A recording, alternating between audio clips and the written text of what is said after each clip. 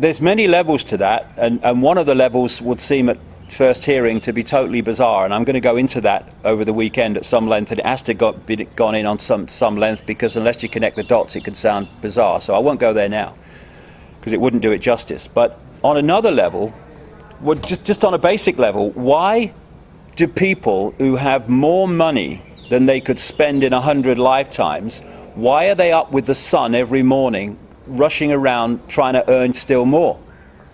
Because these people are intoxicated by a desire for power. And it's to do with their genetics. Because I'll go into this, like I say, over the weekend. There's many, many dots to connect. But it's not an accident that these families incessantly, obsessively interbreed. And I'm not talking about some race that we would recognize and give a name like Croatian or British.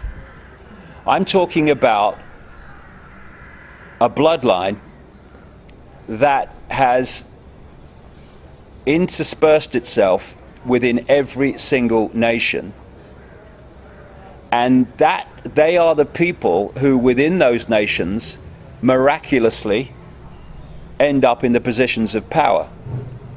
So it's like a global tribe which infiltrates different nations, and those people are the ones that end up in government, in royalty, and all the rest of it. And indeed, royalty is interesting, because where did this idea come from of the divine right to rule? Which is what? It's the right to rule because of your bloodline.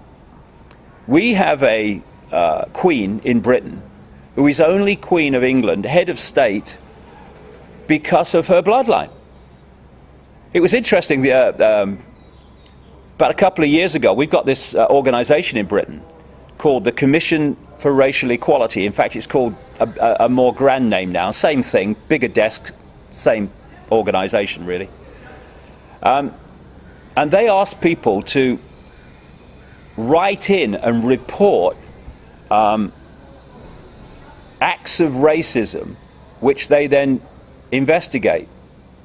And I wrote in and I reported the British royal family and the institution of royalty, because it ticked every box. Not only do you have to be of a certain bloodline to be the monarch of England, in effect you have to be a certain colour, and you even have to be, at least officially, a believer in Protestant Christianity. And Britain has the nerve, British government, to talk about having to stamp out racism. What did this racial equality organisation do? Sent me back a bullshit letter from the lawyer, basically not answering any of my questions. And the other question I asked was a guy called Trevor Phillips, who's the head of this anti-racism commission. He accepted an honour from the Queen. I think it was an OBE, Order of the British Empire. And he accepted it as head of this commission from the most racist institution on the planet, the royal families of the world.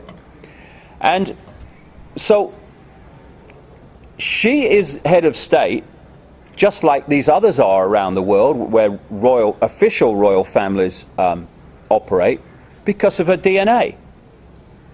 And that's significant, because this is what this interbreeding is designed to do, to protect a certain DNA.